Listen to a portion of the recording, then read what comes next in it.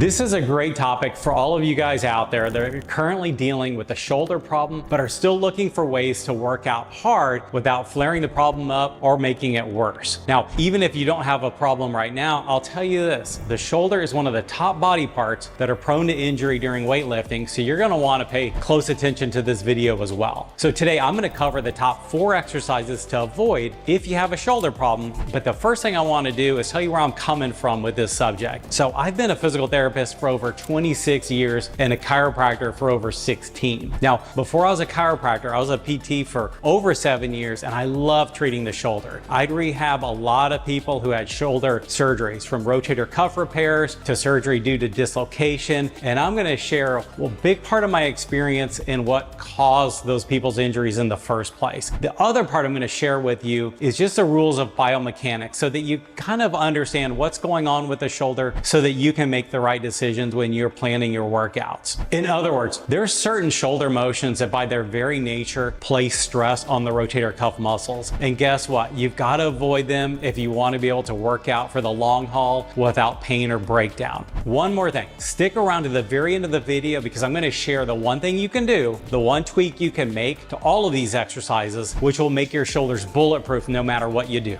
So as I mentioned, I'm Dr. Charlie Oliver. I'm a chiropractor and physical therapist practicing in San Antonio, Texas. This channel is dedicated to helping you guys out there live a pain-free life. If you haven't subscribed yet, do that now. We're putting out regular content each week where you're going to get tricks and tips in managing back pain, neck pain, and shoulder pain. So without further delay, let's get into this. These are my top 4 exercises I advise my patients to avoid if they have shoulder problems. And quite frankly, if you want to avoid shoulder problems at some point in the future, I would advise avoiding them even if you don't have shoulder problems right now. All right, the upright row is the first on the list. So this exercise is supposed to be a good exercise for the lateral and posterior heads of the deltoid, as well as the upper trap. But here's a problem. When you bring the barbell all the way up, it naturally impinges the supraspinatus muscle, which is part of the rotator cuff complex. So when you bring it way up here and your elbows are right at about shoulder height or above, there's potential for this muscle becoming pinched. So this is made much worse when the palm is facing the floor, as in doing an upright row.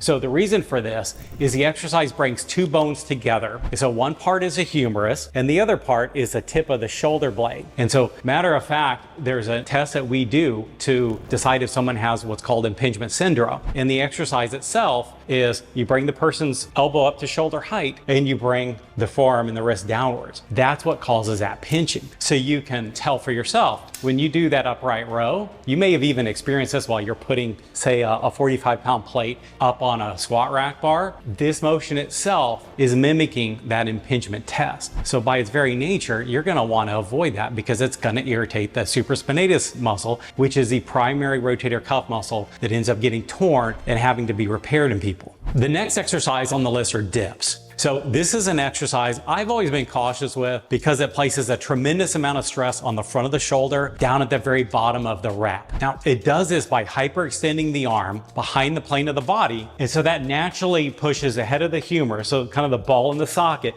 it pushes it forward. And over time, this causes instability and can end up causing a tear on the front of the shoulder. Also, at the bottom of the wrap, your body's having to create a lot of force just to bring yourself up. So I've had patients in the past that specifically tore the rotator cuff just due to this one exercise. Now, there's actually several versions of this exercise which make it even worse. The biggest of these is the ring dip, which I would say avoid at all costs, because if you've ever tried a ring dip, you can do it, but you also probably notice that sometimes those rings will wobble a little bit. Guess what? All it takes is a little lack in concentration, a short loss of attention, and guess what? One of those arms is gonna go out and you're gonna end up with a major league shoulder problem. So the risk benefit to me in doing a ring dip just is not there. Now, another version of the dip that still can be dangerous but is definitely safer is the bench dip. Now with this, I like doing this one for triceps. So when you're doing it just to work your triceps, keep your elbows in close to the plane of the body. Just do not go all the way back backwards. Don't drop your rear end all the way to the floor. Just go about halfway down. You'll still get a great tricep workout out of it without hyperextending the elbows. Now,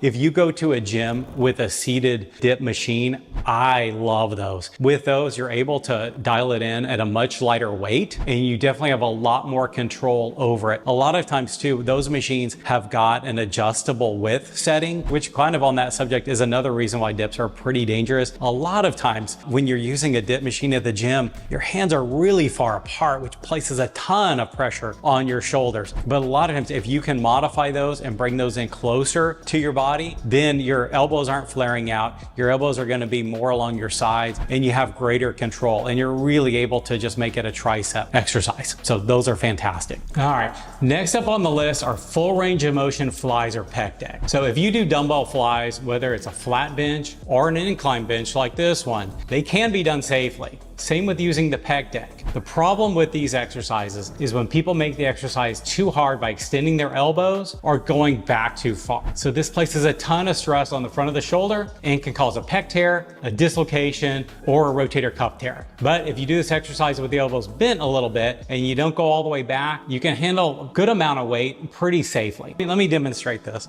Now, some people might knock me for my form because I am keeping my elbows bent, but it makes it really, really safe. So these are like 45-pound dumbbells. I'm not ultra strong, but this is extremely easy. And with this, I'm still able to get a good contraction of the pecs, and it's kind of a mix between a fly and a press. But I feel a really good stretch, a good contraction, and there's very little stress on the shoulder. Now, if I had a shoulder problem, what I would do is I would even modify it further by really not dropping down behind the plane of my body. So if I stopped about right here, I would be very safe. Now, I don't have any shoulder pain, so I do go back a little bit further, but keeping that bend in the elbows allows you to use a lot of weight and really not put the shoulder under too much stress. All right, the fourth exercise on this list is a push press. Now, when I bring this one up, I'm talking really about my past experience doing CrossFit. Now, I actually love aspects of the push press. If you've never done it before, it's actually less stressful on the body than in the shoulder than you would think. You're using the momentum of the body to really boost that bar up. And when you do it that way, you can actually use a pretty good amount of weight. My problem with this, and this goes especially for people doing CrossFit at this time, is I would always have coaches which would critique me and try to correct me because they were telling me that I wasn't quite going up high enough. And so from the side view, they were bothered that my head wasn't going in front of the bar. In other words, having the bar go behind my head. And to this day, I still don't understand why they were so intent on that, because I wasn't competing. I was over 40 years old. And again, I treat people with shoulder problems, including post-surgical rehab, every single day of the week. So why someone would think that you need to extend your arms and have the barbell behind your head is beyond me. So if you want to do the push press, I think it's a great shoulder exercise. I think you can do it pain-free even with a shoulder problem, but I would go up to the point of comfort. Make sure, yeah, you're locking out your elbows. You can feel your shoulders working, but you don't get extra bonus points for bringing the arm behind the plane of the body. That's just a great way to dislocate your shoulder. So, if someone tells you you need to go all the way backwards, just tell them you're good and you don't need to do it. All right, now let's shift gears. I want to leave you with a nugget that'll help protect your shoulders no matter what exercise you're doing. It's called scapular stabilization. So what it involves is this. You're going to stand up as straight as you can, and then you're going to activate the lower trapezius muscles. In other words, think about pulling your shoulder blades in and down towards the opposite hip pockets. What this combination does is it moves the tip of the shoulder blade backwards so that there's less impingement of the important rotator cuff muscles, which is obviously a great thing. Second, it gives the rotator cuff muscles a firm foundation to work from. Otherwise, our shoulder blades actually tip forward and they wing outwards, and they don't like to do that. So you've got to provide the muscles clearance and a firm foundation to work from. So there you go. The 4 worst exercises you can do if you have a shoulder problem, and the one most important thing to always do while you're working the shoulders. So hope you enjoyed the video. As always, if you got something out of it, like the video and share it so that others with shoulder pain get this information as well. And don't forget to subscribe to the channel and turn on notifications so you won't miss the next video as soon as we release it. Until next time, happy lifting and see you in the next one.